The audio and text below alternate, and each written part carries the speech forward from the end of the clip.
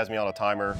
I don't have a whole lot of experience with this rifle. He's kind of walked me through how to put it together, but we're gonna put the timer on. I'm gonna take it out the bag and put it together. I'm not gonna rush it, I don't think, but I still think it's gonna be super quick. All right, you ready? Yep. Okay, cool. And Go. Go. Main body first. Anybody first. Unfold it. Barrel. Barrel is here. Right.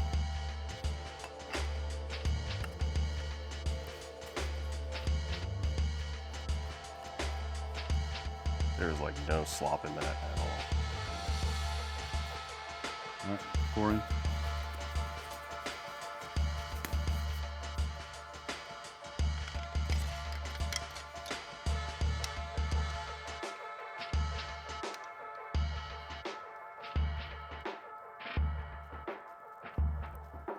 There's one.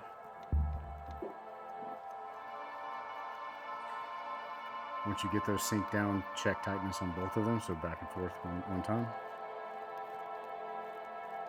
Right, now, bipod is in the top pouch. Good.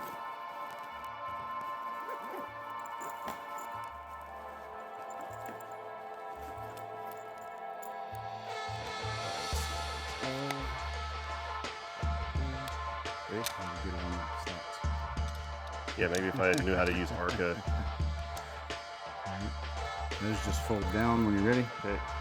And then inside there is the suppressor. It's the same pouch. Yep. I wanted to reach out and reach in there and hand it to you. That defeats the purpose. All right. That's a minute and a half. Very cool. And that's never doing it before, like out of the bag and not rushing anything. Yeah. So that's done correctly, minute and a half. And I didn't know where a few things were. Yeah. If Rob wants to go out and shoot out that window right now, this would get him an impact. I don't know if you want to do it? You can shoot it out the window. Okay, I will shoot it out the window. Keep the cameras rolling. Let me not blow my eardrums out. All right. He's so play.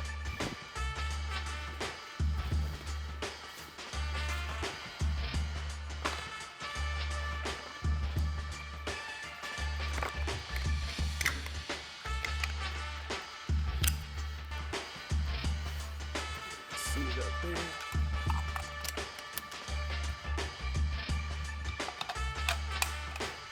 All right, so if I miss this, it's really just because I suck, I promise.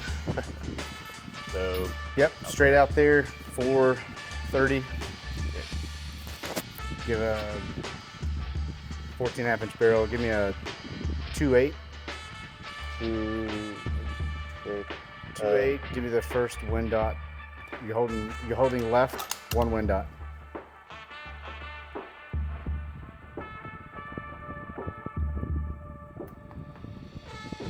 2.8, one wind dot.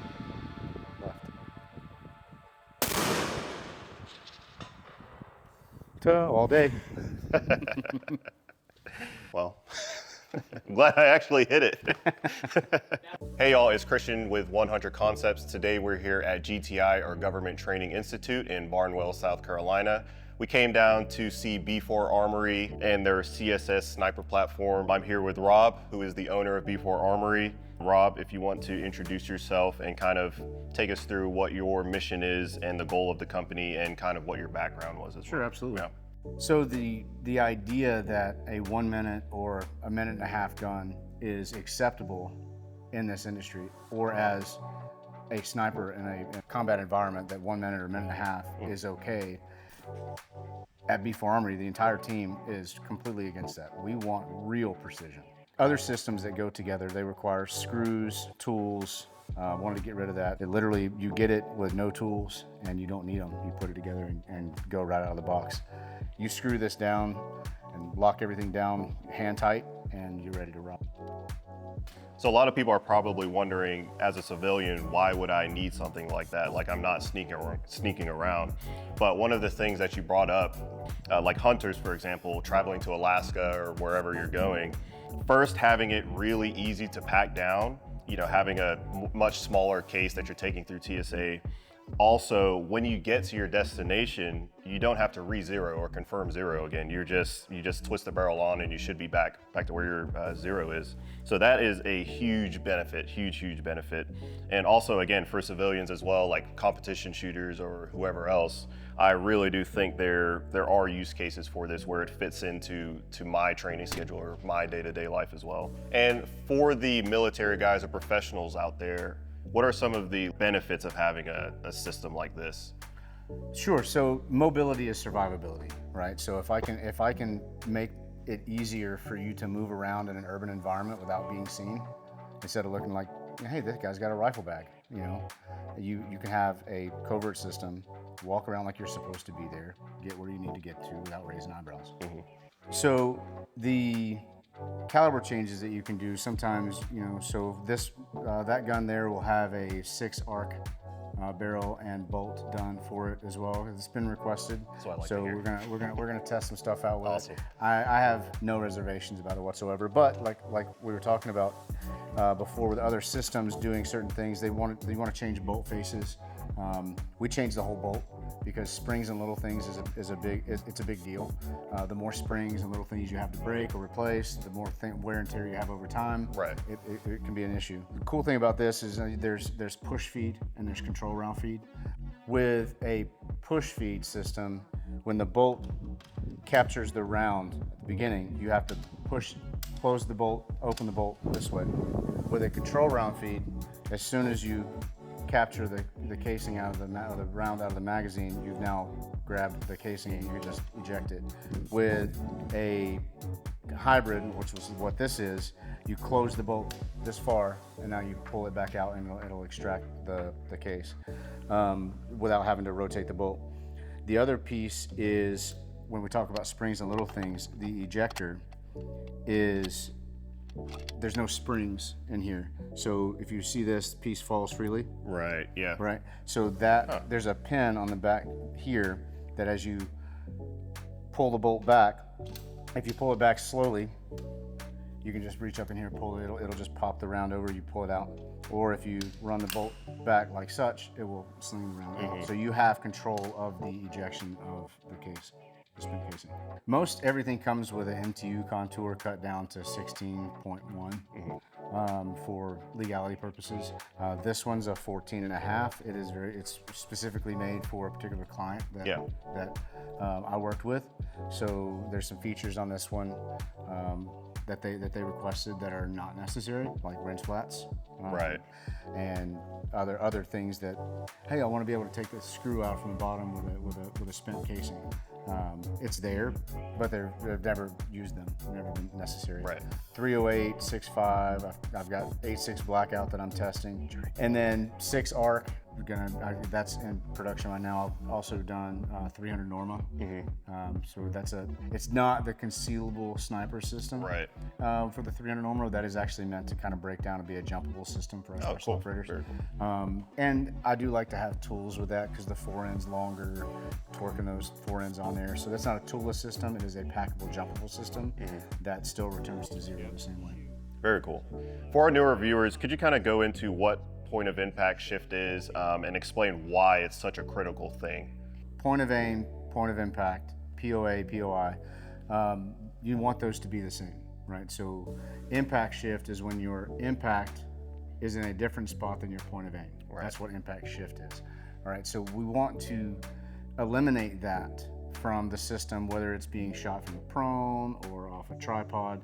The reason, an analogy that I like to continuously use is the race car. We want to deliver the race car rifle to the driver of the gun that knows that any influence that he is putting in the gun, it's him, not the rifle. So if you shoot prone, loaded, loading the tripod or loading the bipod, you're getting, your point aim, point impact. And then you do the opposite, so you're shooting off the hood of a car where now you're pulling the gun to you versus loading the bipod on the hood of a car to eliminate that bounce as much as possible. You know that point of aim and point of impact is the same. Right. It's gonna, no matter how you drive the gun, it's doing what it's supposed to do. Now you take that and you put it on a tripod where other companies' rifles are failing that, is you're now creating a different torque on the fore end, and that causes some point of impact shift. say you're shooting a tripod, it's already going to be, your groups are going to open up some because of it not being as a stable position as shooting off of the prone position. So do you want, is this acceptable because you have impact shift, or can you take that group size down where it's just the wobble of the shooter and the shooter's capability of shooting off a tripod, but the point of impact shift is removed, and now I'm go from here to here. Another piece that you had mentioned before about hunting and backpacking the rifle across country, same thing with the point A and point impact, point impact shift. They're zeroing a rifle, whether it be on a bench or on, prone. Now they get out and they're using a tree, or they're using a rock, or, some other position, not tripod, not prone, that they are going to be able to get reliable hits based on removing that shift issue. These are just absolutely beautiful rifles. How do you have this set up?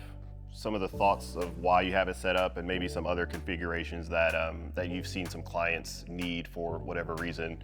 And we can go over this one as well, but kind of go into, the scope that you picked, or some of the caps, or the suppressor covers or something. We have established relationships with some really good companies that have joined the team, if you will, when it comes to this project. 100 Concepts being one of the most awesomest, right? So the caps are available. The suppressor wraps, they're Liberty's Defense. The suppressors that I'm currently using are KGM. Kyle is doing some awesome stuff over there. Look for those suppressors, the wraps, the scope caps, all with the Haley Strategic Long Range Precision courses as well. Very cool. So Leopold, Tangent Theta, they're teaming up with me as well. So this is like the creme de la creme right now. That optic is awesome. Yeah, it is crispy, guys. Like, it is seriously crispy. All right, Rob, thank you so much for bringing us down here to check out this rifle. We are super jealous, and we really want to get our hands on one of our own to do some more testing on it, and just to show it off as well, because I am actually a believer in this platform after shooting it off of a roof, and we'll probably do some more shooting later on today. These are really beautiful setups, and so if you want to plug where people can find you, and plug anyone else that you want to as well, GTI as well. Absolutely. I'll let you do that. So you can find information, spec sheets, and information about the rifle at b4armory.com. All these rifles are custom precision rifles, so reach out to me direct via email. It's rob@b4armory.com. We'll put together the rifle that you want and get your build-in process. Thank you guys for having me out and coming out here. Awesome. To shoot. Yeah, it was a pleasure. We will have some more shooting on this as well, if it's not sprinkled out throughout the video, showing you guys exactly what this can do. So if you guys want to stick around for that as well, that would be really cool. Well, now we are in Tennessee. Many months have passed since that first portion of the video with Rob at GTI. Rob decided to let us take the rifle with us to do a little bit more extensive testing. Since then, I've gotten a lot more comfortable with the rifle, with the trigger and everything, and now I feel comfortable to do the accuracy portion. Again, I'm not like a half MOA shooter or anything. I am capable of pretty decent groups, but I'm not very consistent. So I definitely think that this rifle is a lot more accurate than I am. But again, I'm gonna try and do the best I can with it. So let's hop into it. Okay, so now for the testing portion, we're gonna go ahead and do a 5-round group. Target is set at 100 yards. So the ammunition that we'll be using today is the marksmanship unit 175 grain. We'll also be alternating with some Federal Premium 175 grain as well, potentially. So again, the target is at 100 yards, and we'll go ahead and do a 5-round group.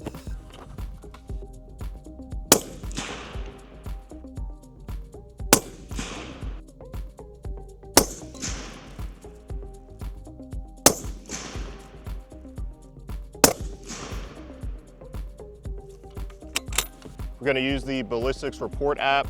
This just uses your phone camera, and then you just mark the center point and then mark all of the holes where the rounds impacted, and then it will give you a bunch of data on it. It's honestly been pretty good. So, okay, so with 5 rounds, that was a 1.03 MOA group. Again, I think I moved just a little bit here on this one flyer. I think this was the second shot. I think I could do a lot better than that, honestly. So let's go ahead and go back. Let's do the barrel swap, so 3 rounds, and then put the barrel back together, and then another 3 rounds. Let's see how we do there. And then I'm gonna go ahead and do the 10 round group as well.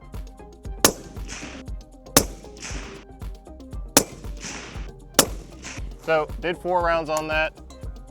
Definitely threw a flyer, so just did an extra one to get it all in one spot so we can definitely check the POI a little bit more accurately. So I'm gonna take the gun apart now.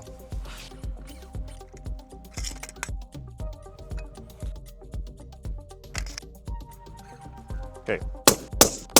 To me, there's really not any POI shift at all. If anything, it's because I got up out of my position, so I got my head off the gun and then had to rebuild that position again. But everything looks very consistent. If I were a hunter or something, honestly, I mean, you probably should check your zero anyway, but I would feel really comfortable if I had to put this rifle back together again, that it will maintain the same zero, there won't be any POI shift at all.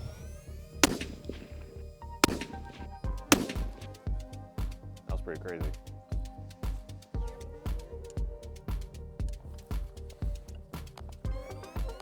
So gun is now apart. I'm going to now reassemble the same .308 barrel. Rail slides over. And you have these 2 tension screws here. Just kind of tighten them down.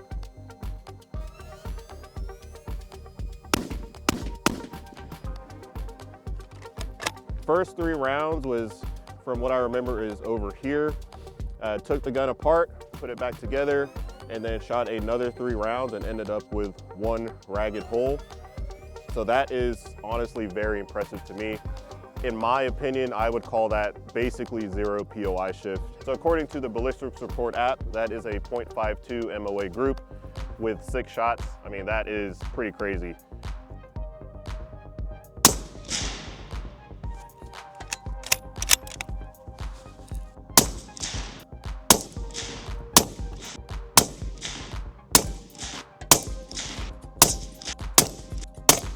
Shooting the 10 round group, I haven't spent much time on that gun really at all. Those are probably the most rounds I've shot through it.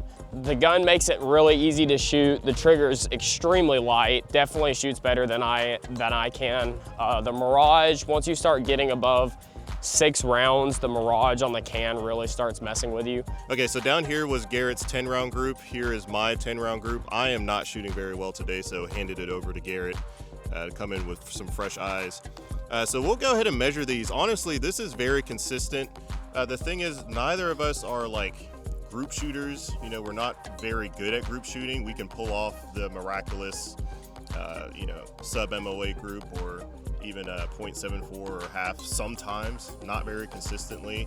Garrett obviously did a lot better job than me, but I think, again, I'm confident that this rifle is more accurate than we are. This gun definitely shoots a lot better than what I'm capable of. Usually I'm like a 1 MOA, shooter with everything, but I've seen this gun shoot half MOA or better many times. Like Chris is saying, we're just not that good of a shooter yet, So Garrett shot a .89 MOA group, 10 rounds. That's actually really, really good. So especially for me. Yeah, awesome. So we just concluded the accuracy testing portion of the B4 Armory CSS. We went through a 5 round group. We went through taking the gun apart, putting it back together, and grouping it again. And we also did a 10 round group. And today personally was not my best day shooting. You'll see some other clips from another day where I was shooting just a little bit better. Today, not that great. Garrett had to come in and save my butt on the 10 round group. But I really do believe that this rifle is more accurate than I am. Also, some environmental factors played a role today. I tried to secure the target as much as I could, but when we went down range, we observed just how much that target was rocking back and forth, which will shift your POI just a little bit. But again, I think this gun kind of takes away a lot of those variables, so you don't have to worry about some mechanical issues. For me, just a regular guy, one, I think this is a great precision rifle. I think if you just wanted to keep it put together, not even worried about taking it down, this will serve you just well. It will hold its accuracy. It's just as good as almost any other bolt gun out there, honestly. But also I think hunters would have a great advantage with this. If you need to take this rifle down, take it all apart, put it into a smaller case, and then when you get to your destination, be able to put it all back together and not have any POI shift. That is very impressive to me personally. Now, is this for budget-minded people? No, it's not. This rifle is very expensive, honestly. It's pushing north of $7,000, I believe. So if you have the money, I think you can't go wrong with this. But if you're looking for budget options, there are other options out there like Tika or something like that, which are very, very precise rifles. So you can go and check out Rob at b4armory.com. Also, Rob does instruction as well with Haley Strategic Training. So you guys can go check them out. Again, very impressed with this rifle. Remember, do good, be dangerous, live free. Oh, that feels nice. Hold on, guys. I'm just gonna.